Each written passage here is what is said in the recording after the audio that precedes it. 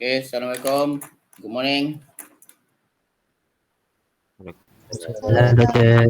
Good morning. Okay, so we start our lectures today. Boleh? Boleh. Boleh, sir. Boleh, sir. Okay, please remind the others ya. Yang masih belum join through the student login through the student Gmail. Dia punya Gmail UiTM. Kalau you guna lain outside saya tak ni. So kalau you guna through student Gmail, automatically you can access, you can join this class automatically. Okay. Tak perlu saya nak accept apa semua. Tidak nanti kacau during the class, tiba-tiba ada lagi yang masuk. Ni saya nak kena every time nak kena apa accept the apa ni the request. Okay, boleh? Can you see the slide clearly? Yes, Can. Okay. Okay, for today, basically, going to start our lectures. This is considered the first lectures. I mean, in terms of the contents. Last week we started our class. I mean, not the lecture, but the class, just to brief you. I mean, the course description. I mean, the information about the course CSC 645, work of scheme of work, and also the assessment. Okay. For today, we are going to have lectures on the first topic, the introduction to the algorithm. Supposed to be week 1, but now it's week 2. Okay. There is a request. I want to to accept the request, right? Okay. This is the first question. What is an algorithm? I think maybe in general, the algorithm is very simple. As you know that it's a step by step in order to solve the problem. In general, that is the description. When we talk about algorithm, but in a formal description, the algorithm, the definition algorithm is a sequence of unambiguous instruction for solving a problem. For example, for obtaining a required output for any legitimate input in infinite amount of time. Okay, this is a formal definition of algorithm. Okay, from here you can see that the first is a sequence. What is a sequence? In that we have a sequence, means step by step of the instruction, unambiguous instruction. What does it mean unambiguous? Mean that the instruction must be unambiguous with a clear instruction for the step, the sequence. So that we call unambiguous instruction. Okay, and for what? There must be certain purpose for solving a problem. So when we have a problem, in order to solve it, so we need to have instruction, unambiguous instruction, based on certain sequence, the step by step, in order to solve it. This is actually the algorithm. So what is the instruction for what? Means we need to, the goal for the instruction, the for solving, to obtain a required output. So in order to produce output, the output which is the solution, so we need to have a sequence, the step by step, with instruction, with very clear instruction. And this also requires certain input, what we call legitimate input, which is valid input. You need to provide certain input, and in order to produce the output, in between where we have the sequence or the instruction, which is the algorithm basically, in order to solve the problem. Okay, we have the output, the aim is required output and legitimate input. Okay, in a finite amount of time. Another element when we define the algorithm is amount of time. A finite amount of time, what does it mean? So we can, when we run the instruction in order to solve the problem, so supposed to be the step must be terminated within the time frame, certain time frame. If 1 hour should be terminated within 1 hour. If millisecond, maybe millisecond. That is a finite amount of time. We cannot have an algorithm, but in term of time when we process it cannot be, the process cannot be terminated. This is the problem. That's why the algorithm must be clear, must be precise, must be an ambiguous instruction with legitimate input, with the appropriate output, the correct output, and with the time, certain time of the processing taken to solve the problem. These are the things when we define the algorithm. Okay, from the computer perspective, that's why we have the input, process, output, right? Input mean input from the keyboard, for example, or input from whatever, from the text file, so on and so forth. When we read the input, automatically we pass the computer has to process it. Process through what? The basic process is actually just process and produce the output. But for the certain process, especially when the problem is quite complex, requires certain algorithm where we need to employ certain algorithm. And this is the process, which is from the perspective of algorithm. And after that, the algorithm will definitely can produce the output with the correct output. This is actually the overall of the algorithm. Okay, definition of the algorithm. Okay, any question so far? Ada soalan? Not yet. Tak ada, not yet. Okay, clear? Clear, sir. Okay. Next is from the historical perspective. I touch a bit on this. Based on this, let's say we have the problem with the greatest common divisor, or called GCD. GCD with two non-negative integer. We need to find the divisor, divisor for these two. That called the greatest common divisor, which is actually the highest values, greatest common divisor. And this called the algorithm Euclid algorithm. Why the Euclid algorithm? These are quite popular, especially from the mathematical perspective and also computer science perspective. Euclid algorithm is the name after the Euclid. It's the name of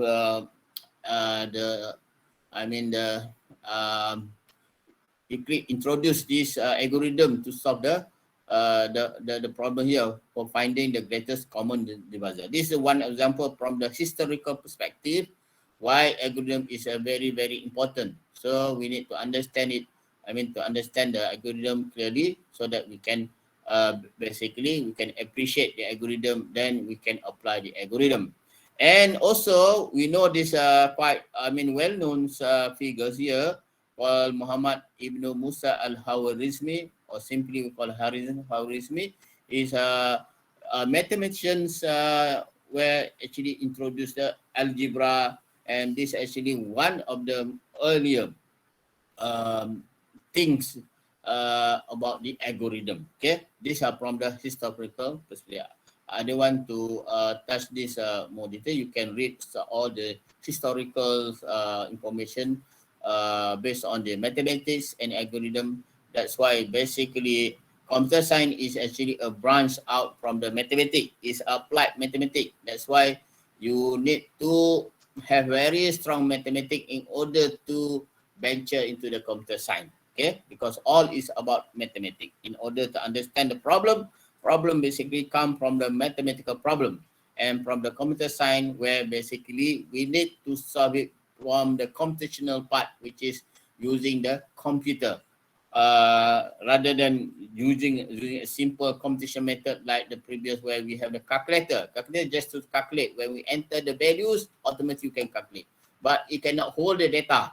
It cannot process the big data or the biggest data. But when we come about computer, basically computer can read more data, from the whatever text file from the keyboard, and after that process all concurrently and finally produce the data. This is really the advantage of computers compared to the calculator. Okay, but the goal for these two devices basically the same thing, which is to get the calculation, the result for the calculation.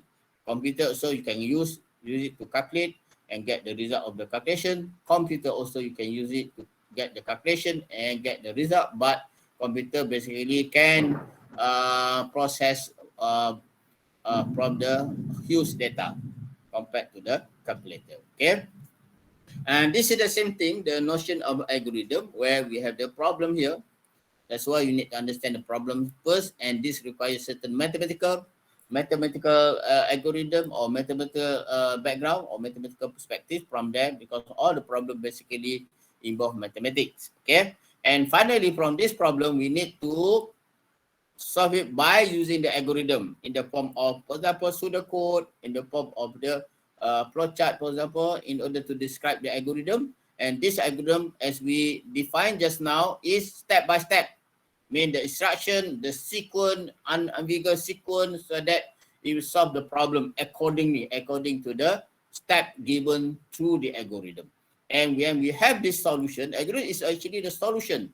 When we have the solution in the form of algorithm, where we need to implement it using the certain languages, programming language. It doesn't matter whether C, C++, Java, just a tool where we can write a program from that computer, the programming language, where the language or the instruction by the language, programming language, computer can recognize the instruction by using the CPU, ALU, and so on, and process, and finally by putting certain input here, pass to the computer, and processing by using certain algorithm, because we involve certain complex problem, and finally it will produce the solution. And that's what it is in terms of output, where we can see the output whether it is correct and or not. So with legitimate output, and finally with appropriate algorithm, and where we can, our goal or target is to produce the correct output. This is actually the notion of algorithm, or sometimes called algorithmic solution, where we need to solve the problem by, from the perspective of algorithmic, which is the solution. This is actually the part that we need to understand, the concept of the algorithm in order to solve the problem given to us. Okay, next example of computational problem. So the computational problem, that's why we have the computer. We try is a machine to compute the problem, to solve the problem. When we come to computational problem, where how we going to solve the problem computationally. Okay, for example, here I give you a very simple example. I think you know already. We have the searching and sorting, and this is a sorting problem. This is problem, statement of problem. So we have this input. We need to specify the input. What is the input? A sequence of n numbers A1, A2 until the n. This is how we can describe the input. This input is legitimate. Where we have the sequence here, we can, from the perspective implementation, we can implement it by using the array with the index element 1 until the n, right? This is the sequence. This is the legitimate input using the array. And the output is our target. Where is our target? When we have the problem for the sorting, basically, with this legitimate input, based on the sorting, our target is to produce the sorted list. Sorted list. What is the sorted list? Where a reordering of the input. We have the unordered list, for example. After that, we have to reorder in order to get that the input is order, maybe in terms of ascending order or in terms of descending order. What we call that, the reordering of the input sequence.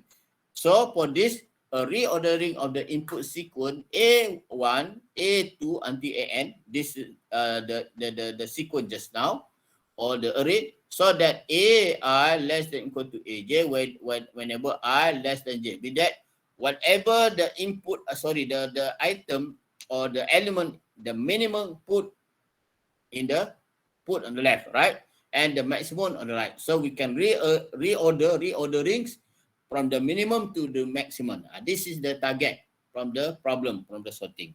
So for example, here we have the sequence like this: 5, 3, 2, 8, 3. This sequence is a unordered sequence.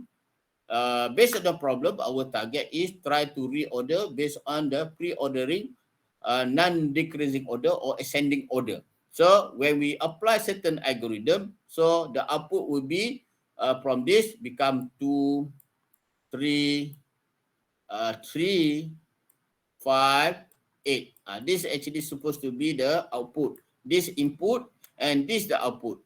So in between, we have to provide the algorithm, a sequence of instruction, unambiguous instructions step by step, so that we can finally produce the output with ascending order or descending order. So some of the algorithm for this problem here, for example, selection sort, I think you know already, selection sort, insertion sort, merge sort, and we have many others, more than 10 algorithms with the same problem, but try to solve the same problem with many ideas, many algorithms. That's why we have many algorithms. Okay, clear? Any question so far? Not yet. Not yet. Not yet. Okay. Okay. Based on the sorting just now, we take one example. For example, selection sort. I'm not going to discuss in a bit detail, but just to give overview of selection sort, which is the algorithm. Now we're talking about algorithm. We define the algorithm is a sequence of instruction, unambiguous instruction. Now, this is the instruction. We have the input here. The input here is array, A1 until the N. We have the array. And the output is array assorted in non-decreasing order. So the code is a non-decreasing order. It's not necessarily ascending order. What is the difference between ascending and non-decreasing order? Anyone can respond? What is the non-decreasing? Ada tak? Ada siapa boleh respond? The word here, Tingkatan naik. apa beza non-decreasing versus ascending order? Ascending order, let's say we have just now, apa tadi? 5, 3, 2, 8, 3, 3. Ascending order, dia akan jadi macam mana? 2, 3, 2, 3, 5, 8. 8. Correct. Kalau non-decreasing Yes. order, dia akan jadi 2, 3, 3, 5, 8. Correct? What is Yes. the difference? Repetition. So non-decreasing order is the correct, this appropriate word to sorting, because sometimes we have repetition like this, numbers. So that's why you call non-decreasing order. If we define as descending, ascending order, it become like this. It doesn't allow the repetition. Itu beza. Clear? Okay. So the algorithm here, look at this. For I equal to 1 to n, mean we need to, and n is actually the array size. So for the instructions, we have the swap. Swapping AI, whatever element in array A, start with 0 until the n here. We need to find the smallest. When we have the smallest, I give you the rough idea of selection sort. Later on you can check. After this, we have the algorithm, the solution we can discuss still. Okay. Here, the solution is from 0 to the n, we need to find the smallest. The smallest, we have to find I, 0, 1, 2 until the m. When we have the smallest, we have to swap. Swap put into the first index 0. And finally move to the second. Find the smallest.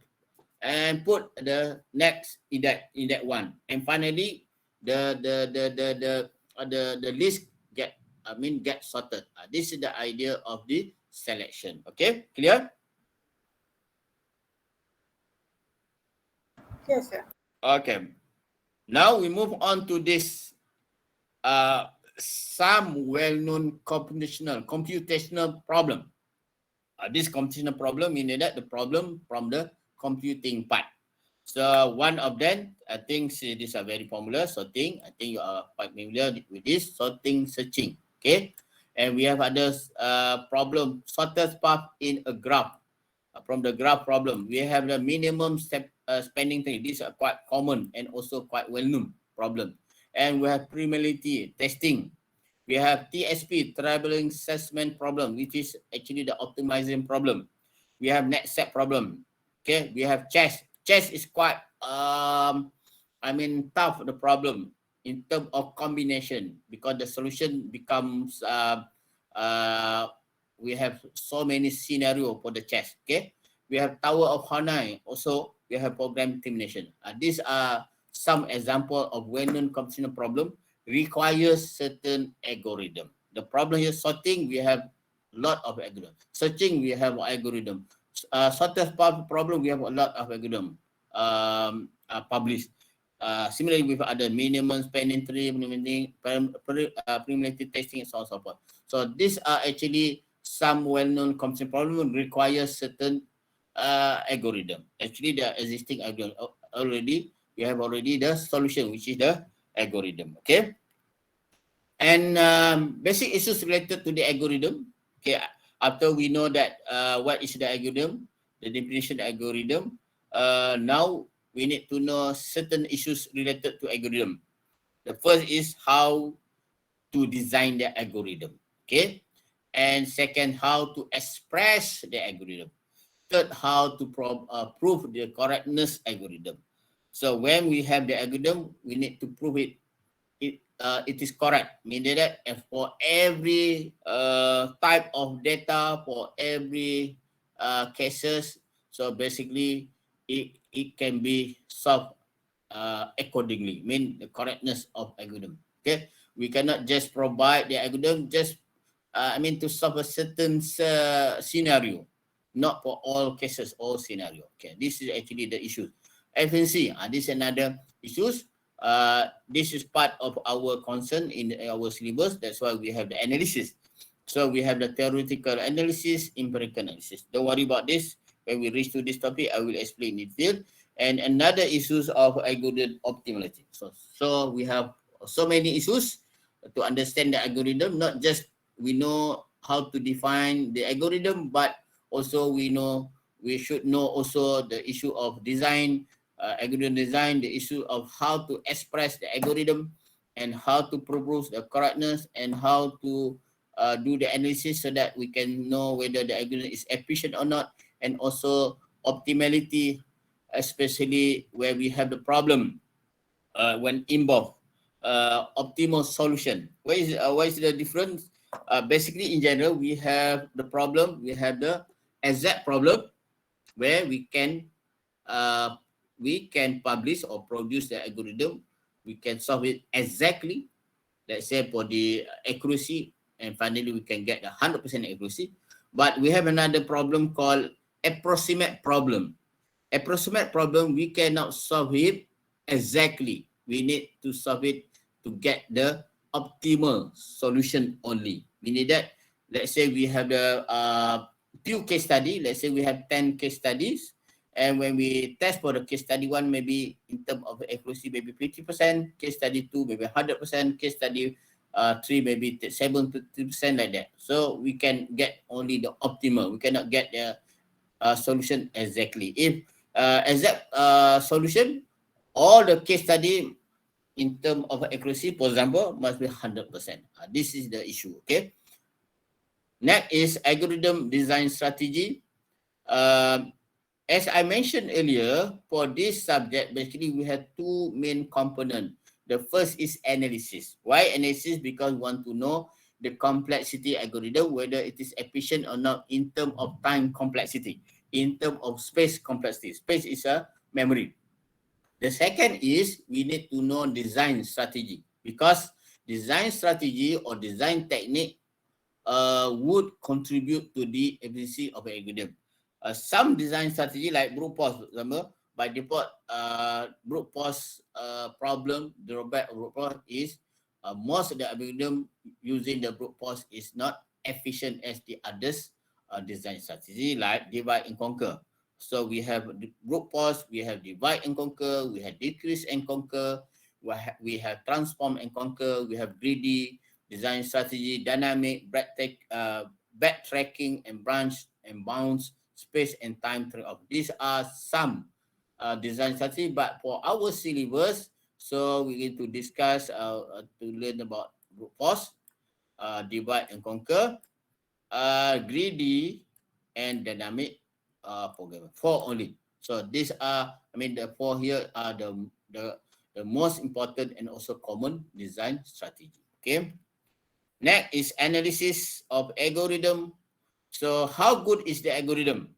So this question basically we need to answer based on these 3 perspectives. Number 1, whether it is correct or not. Number 2, whether it is efficient in terms of time. Number 3, whether it is efficient in terms of space. Space is actually memory space.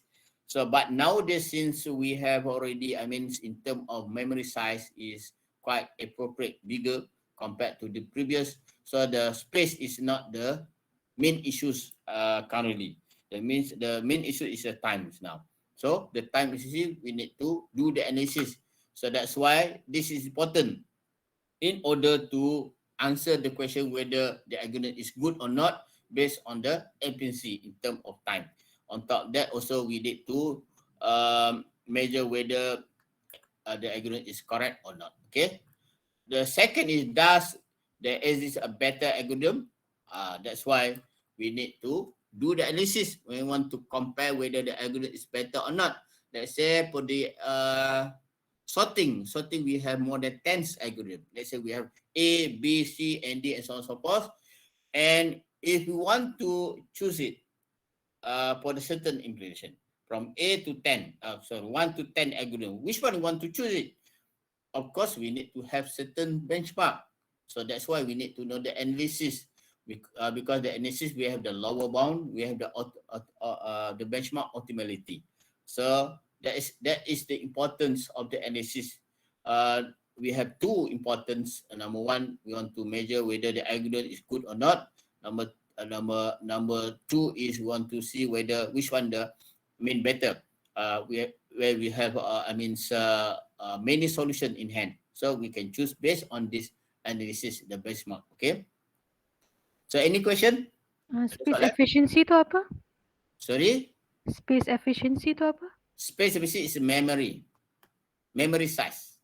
Because when we run the algorithm, it involves certain memory size, the space, right? Like we implement the array, the size of array bigger, then we have a problem with array size. So space efficiency is a memory size. So as I mentioned just now, space efficiency nowadays where we have the appropriate the memory size, it is not the big issue nowadays. But previously, before this, memory size is very, very small. So that's why when we implement it, especially to the programming, we need to assign certain memory size for certain. For example, when we declare the array, when we declare the variable, so we need to allocate the certain size. That's why from the perspective programming, when we declare, for example, the variable, we have integer, we have so many integer size, right? Like byte, short, long, integer, and so on and so forth. So for the integer only. So this how we need to basically choose the appropriate size for the appropriate problems, so that we can we cannot have the problem later on in terms of efficiency of the space. Okay, clear? Yeah. Faham? Faham. Any other question? Bagus. Ada soalan tanya, interrupt. Saya bukan nampak you all ni. Saya nampak slide je ni. Ada yang dah pergi jemur pakaian hari hujan, ada yang tengah angkat pakaian, kan? Dekat Shah Alam tengah hujan lebat. Saya tak tahu you all dekat mana. Ada yang kat Sarawak, ada kat Sabah. Baru dengar guru. Dekat Langkawi, dekat Perlis, dekat Kelantan. Ada yang dekat Shah Alam Seksyen 7 kot. Saya tak pasti. Okay. So, can we move on? Yeah. Okay, lower bound. I give you the general ni. Nanti when we reach to the topic big O nanti I will explain again. Lower bound means we have the limit. We have the upper bound, lower bound. So the lower bound means the best case scenario. When our algorithm, let's say when we do the analysis, our algorithm put in the lower bound. Lower bound. Then basically we can use this lower bound is as our comparison the benchmark when when we try to compare with many algorithm.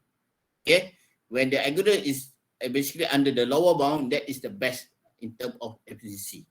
So I would say like that. So later on when we reach to this topic specific for the analysis, I will explain again.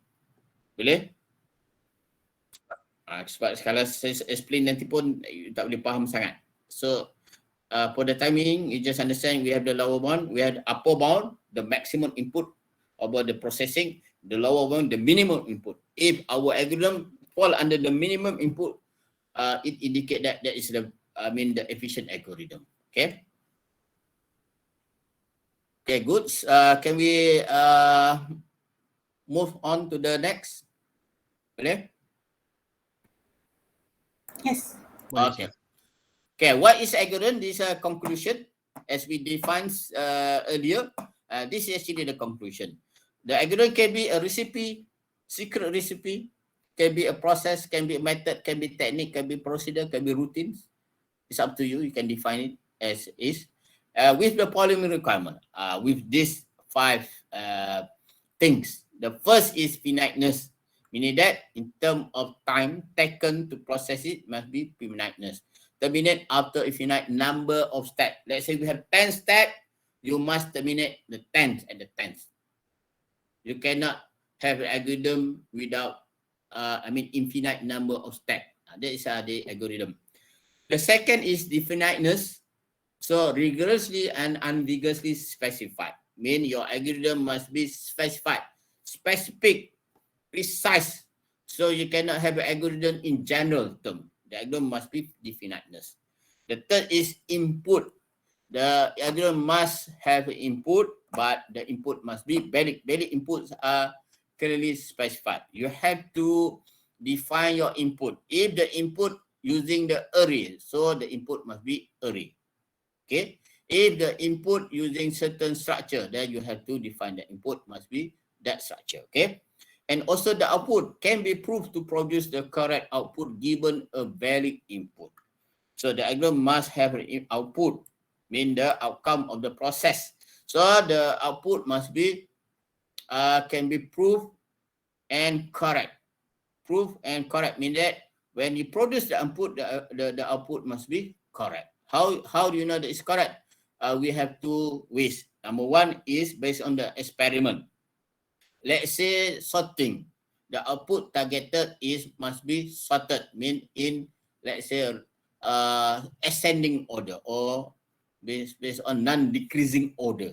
So you have to test with the input valid from the array, and finally you have to check the input in the array must be at the end, the final output must be sorted, the algorithm sorted in descending order or in non-decreasing order. That is how we can prove. One is by using the experiment. The second is by mathematical proving. That is the ultimate. So if you can prove that by mathematical proving, the output is correct, then automatically any scenario for that problem, so basically you can cater, you can solve it correctly. Okay.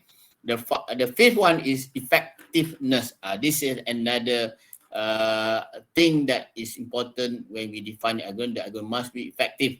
Effective is steps are sufficiently simple and basic. Simple and basic means this is the keyword for the efficiency. Sometimes we have the step, the algorithm, and we have a lot of steps, maybe 100 steps, but we cannot we can solve only we can be used only for very simple problem. We have very complex step, but can only solve very basic problem. as compared to we have very simple step algorithm but can be used to solve very complex problem. This is actually the effectiveness. Supposed to be the ideal is the algorithm must be simple, very simple, but can be used for solving complex problem. This is actually the effectiveness. Okay. Any questions of this? Ada soalan? Tak ada. Diam tanda setuju. Tak ada kan? Tak ada. Okay. Okay, this is important for you.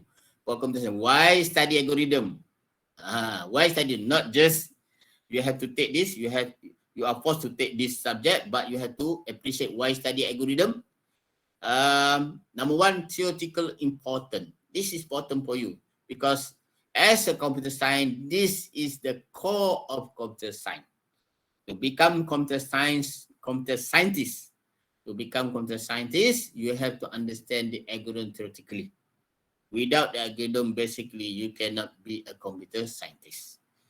Because computer itself, when we look at the CPU, a central processing unit, the processor, have already the algorithm like round robin. We have a lot of algorithm for scheduling. Okay, this is the basic thing. And also when we come to the problem to solve, like data science, like analytics and so on, or the machine learning. So basically all involve the algorithm. So this is the theoretical important as a computer science. The second thing is practical important. This also one of the answer why to answer the question why study algorithm. Practical important. Number one, a practitioner toolkit of known algorithm. What does it mean? A practitioner toolkit? Because a lot of the problem requires the algorithm, and if you don't know the algorithm, and basically you cannot become the practitioner. You cannot solve the problem. You cannot write the program. So that is the practical important. So as a toolkit for you to implement or to solve the problem from the computational perspective. The second is framework for designing and analyzing algorithm for new problem. When you know the certain algorithm as a basis, let's say you want to implement or apply to the certain cases, and where you cannot apply directly or exactly, you need to modify. This actually computer science come into this. So where you can analyze in terms of, you can design or you can modify it for the new problem so that you can use it, your skills, your knowledge of the algorithm to solve the problem. Sometimes maybe you have a problem, you can take the algorithm, automatically you can solve it. Like searching sorting is quite established. You can choose any algorithm, apply directly. But some problem maybe during your FYP, for example, maybe you found out, you cannot apply it directly. As a computer science student, you are able basically to do, to understand it, to analyze, to design, and try to modify it to cater for your problem. This is actually practical important. Okay, any question? Ada? Ada? Ada. Tak ada. Okay. After we understand overall overview of algorithm, some of the problem involved, why we need to know algorithm analysis and also the design, I give you one of the quite popular or common problem called Euclid algorithm. And the problem is to find the greatest common divisor of two non-negative, not both zero, integer, and n. Do you know what is a GCD, greatest common divisor?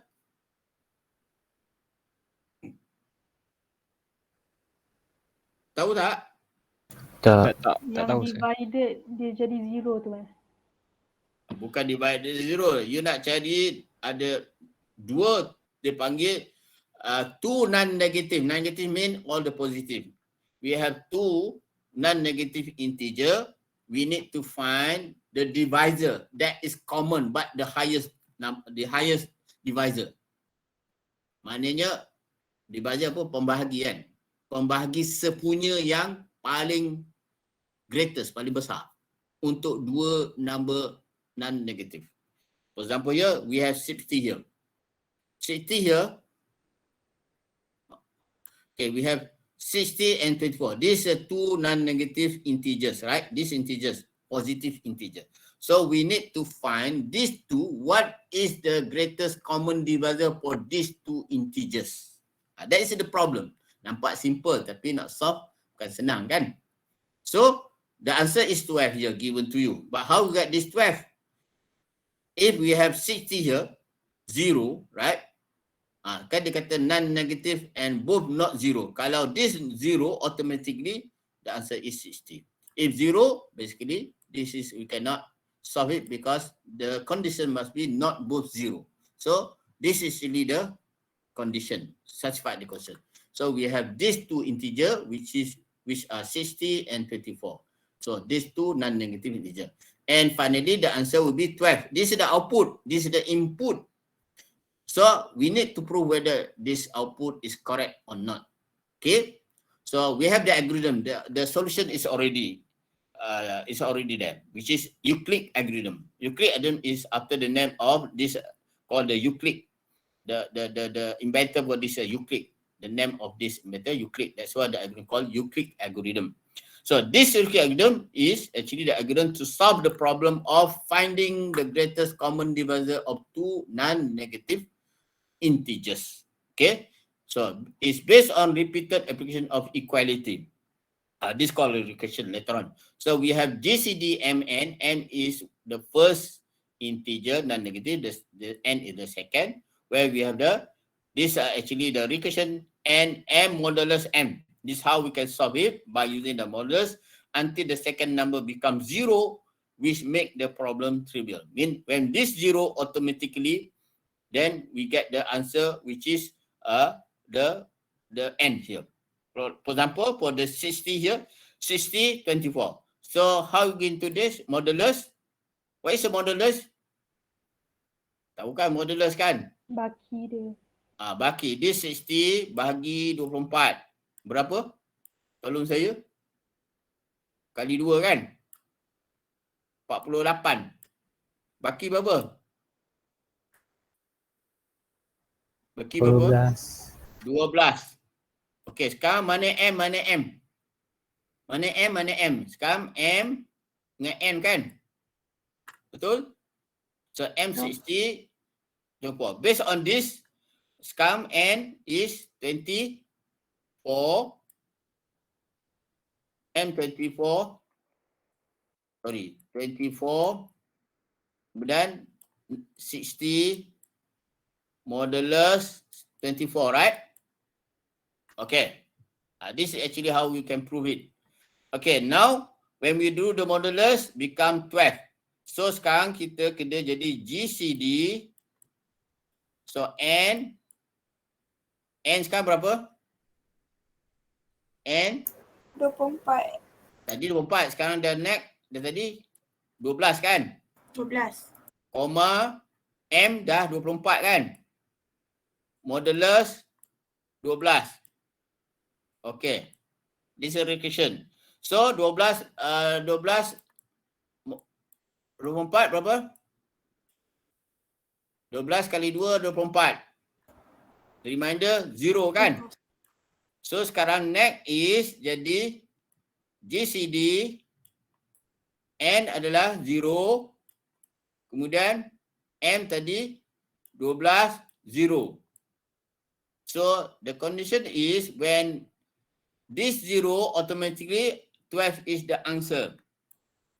So 12 is the GCD for 60 and 24. Understand? That's how we get this 12. So 12 bahagi 60 berapa? 12 kali berapa 60? 5. 5. 12 kali berapa 24? 2. 2. Jadi 12 ni adalah the divisor, the greatest common divisor for these two. That is the solution, the problem just now. Betul tak? So 12 ni yang paling divisor yang paling highest. Some dipanggil HCF, highest common divisor, HCD. sama. So 12 adalah the highest value of divisor for this 60 and 24. Yang lain boleh 2 boleh, 4 boleh kan? 6, tapi ini yang paling highest. So that is the Euclid algorithm. Understand? Any Yes. question? Ada soalan? Boleh faham tak?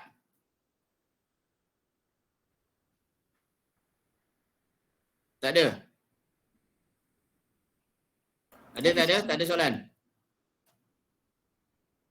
Doktor. Okay. Sebab online payah sikit. Kalau dekat Tak ada. face-to-face saya boleh dekat whiteboard. Tak ada. Okay. Okay, just now Euclid algorithm from the perspective of mathematical formulation, which is a mathematical perspective. Okay. Where we have the algorithm here. And this is actually the theoretical part. Okay. Okay, now we have two description of Euclid algorithm. This is in the form algorithm, the step.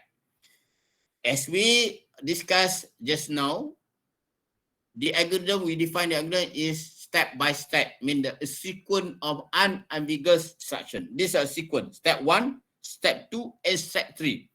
And must be, terminated after the step 3. So that is the definition what we learned from the definition just now. Okay, look at this. We have two description of Euclid algorithm. This is the first. Step 1, if n equal to 0, return m. Why n? Just now we have last 12 and 0, right? GCD. This m. And after that, this become 0. If n, this n equal to 0, automatically return n. Return m here, 12. So where we get the answer, GCD 60, and 24 is 12. Just now. Still remember what we discussed just now? Yes, Doctor. Okay. When it form to the sequence or the algorithm, so if n equal to 0, now n equal to 0, when we reach the process, until the step, we get the 0 and return m. That is the answer for this and stop. Otherwise, it's not 0, go to step 2, which is divide m by n. What we did just now, the same thing, but this in the form of pseudocode, the step, assign the values for the remainder to R. Okay, assign the value, step 3, assign the value n to m, and the value of R to n, go to step 1. This is exactly the instruction. And what we did just now, the process, the same thing, but this in the form of step, which is the pseudocode or pseudocode. Okay, when we write the pseudocode, formally like this. Okay, why? This look like the source code because the pseudocode is a natural language construct, right? But the pseudocode is actually the code, the language for the certain language, so that from there it will execute as when we compile it. Okay, so why n not equal to 0 mean we have to do the repetition. Do n modulus r m modulus n, the remainder modulus we assign to r, and after that n we assign to the current value of n we assign to m, and the current value of r assigned to n, and after that you do repeat until 0 here. When 0 you stop, and this is how the process is stopped. That's why one of the condition to algorithm is must be finite, stop and terminate after certain process. Okay, so this is the algorithm. Any question? Ada soalan? Tak ada? Boleh faham ni? Faham sendiri. Okay. Next, the second algorithm, because two description algorithm. The first is the algorithm, the commons. We have another algorithm called consecutive integer checking algorithm. And this algorithm also to solve the computing GCD MM. The same thing, but difference. Algorithm 1 and algorithm 2 basically difference in terms of solution, the idea. And algorithm 1 requires 3 steps. Then this, the second algorithm requires 4 steps here. But basically use the same thing, the same, to solve the problem of GCD. Look at this. Step 1, assign the value of minimum mn. Mn just now is we have 60 for our case and 24, right? To t. And step 2, divide m by t. If the remainder is 0, mean finish, go to step 3 here. Otherwise, go to step 4. And step 3, divide m by t. If the remainder is 0, return t and stop. Otherwise, go to step 4. And step 4, decrease t by 1 and go to step 2. And this process also, the step is also an ambiguous instruction.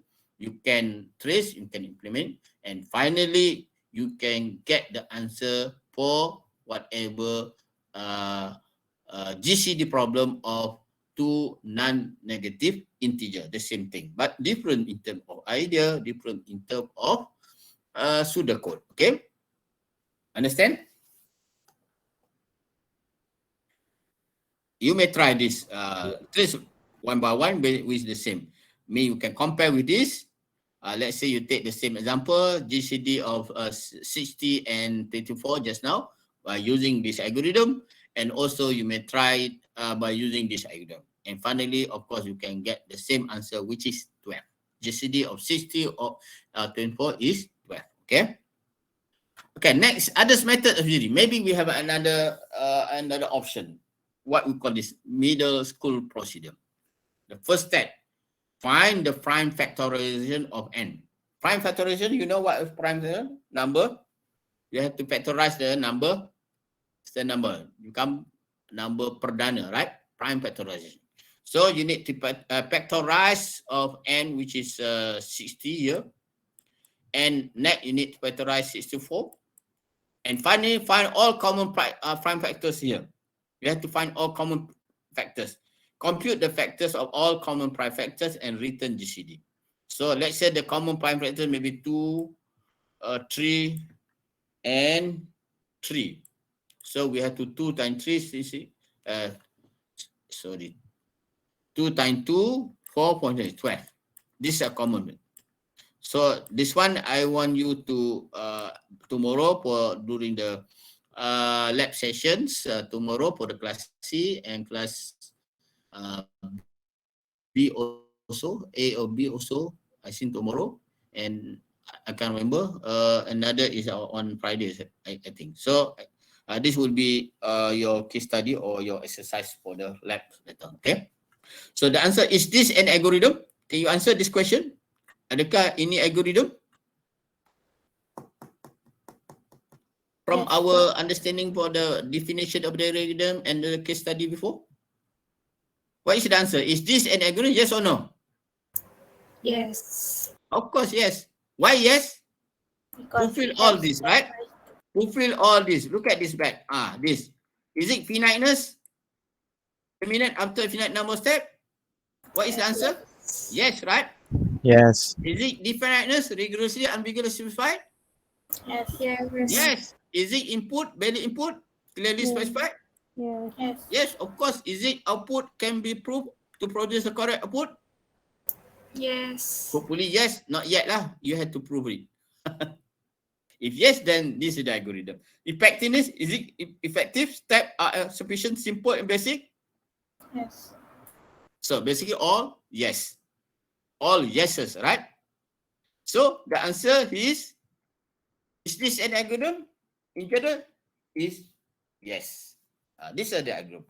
So clear what is the algorithm as the introduction? Clear? Yes, doctor. Okay. So net is two main issues with the algorithm. Doktor, macam mana dapat 2, 2, 3? Yes. You kena trace lah. Saya tak nak bagi sini sebab itu dalam lab nanti. Okay. You kena cari factors untuk 60 dan 24. So the factors here, dia nanti ada 2, ada 3, 4 sampai kan. Ini pun 2 dan you cari common. Common ni yang sama. So you make a common. Ini common untuk factors untuk 60, ini common untuk factors untuk 24 dan 3 juga common factors. Ada yang tak common you exclude dan akan jadi 2 kali 2, 4 kali 12. So dia bagi hint dah. Tapi kenapa 2 tu 2 kali? Jawapan dia, you kena tahu prime factorization lah. Kalau you tak tahu, you have to go back to mathematics. That's why Okay, faham. algorithm you need to have a background of mathematics. You cari common factorization ni, factorization you boleh dapat lah. Kan? Tahu kan? Tak tahu you kena carilah. Macam mana nak factorize kan? Ni basic matematik. Boleh? Okay. Okay. So tak boleh saya beritahu semua, nanti you nganga je tak buat. Kalau you tak berfikir. Sebab algorithm you have to think. Without thinking you cannot think the algorithm. You cannot understand the algorithm. You cannot solve the problem. So the problem requires certain logical thinking, critical thinking and analytical thinking. These three are the component of intellectual ability. Become you more intellect. Okay? So the outcome of this this subject is actually you have to be more critical, more analytical and more logical. Okay? Kalau tidak, you tak boleh belajar algorithm. Boleh? Okay, two main issues related to algorithm, how to design and how to analyze. That's why for this subject, basically, we focus on the analysis and also we focus on design. These two components are very important in order to understand, in depth of the algorithm. Otherwise, if you understand, now you understand the definition algorithm, but you still don't understand how to design and analyze. After you finish this subject, of course, you understand exactly what is the algorithm, the definition, you understand what is the design, how to design the algorithm, you understand how to do the analysis of the algorithm. And these are actually our main focus of this subject. Okay, any question? Ada soalan lain? Belum nak last ni untuk this slide. Lepas tu kita sambung slide tu. Okay, algorithm science strategy ini saya dah tadi. Kemudian important problem type. Okay, important problem type. Basically, as a computer science student and computer science area, basically, these are 7 important as well as common problem type you should basically concerns or understand. The first is sorting, of course, this is quite familiar to you. Searching is very simple, quite familiar. String processing also. String processing is string matching. How you're going to handle the string, the characters. Graph problem, these are quite tough. Combination problem also. Geometric problem, especially for the multimedia requires this fundamental background. Geometric, about points, edges and so on. A numerical problem is a purely mathematical problem, like GCD is a mathematical problem. Factorial is a mathematical problem. That's why computer science requires certain mathematical background. Then if you don't have a strong mathematical background, then you cannot go further. In terms of try to ventures from the pure computer science area. Okay, and of course, in order to understand the algorithm, you must have also the certain background of data structure. That's why this subject designed for you for semester 5 after you finish the background of certain background like data structure, programming, and also the mathematics, discrete structure. Okay, so as a review, the fundamental, we have the list, we have array list, linked list, string. Also, we have the stack queue, priority queue, graph tree, set, and descending. The data structure actually, why important data structure is when we try to implement certain algorithm. Then algorithm, in order to implement the algorithm, you need to use the data structure. You cannot implement the algorithm without using the data structure. The basic data structure, at least array list. Like searching, you need to put into the array, and finally you produce the output into the array. So this is the importance of data structure. Okay, we finish this. Any question before we move on to the second? Supposed to be for this week, because this slide supposed to be the first week, last week, but last week I just give you the brief, and this week we continue this. Okay. And we continue the second second slide. Any questions so far? Ada soalan? Tak ada? Ada? No, sir. No. Okay. I think we take a few minutes break. Boleh? Boleh sir. Kalau you Boleh, nak sir. minum air ke dulu? Tak boleh kan? Puasa, sir. Puasa. Mana tahu terlupa, saya pun nasib baik air tak ada dahaga ni. Sebab mengajar memang penat. Memang kering. You nak round-round pusing-pusing dulu. Nak angkat pakaian air hujan pun boleh. Sebagi 2-3 minit.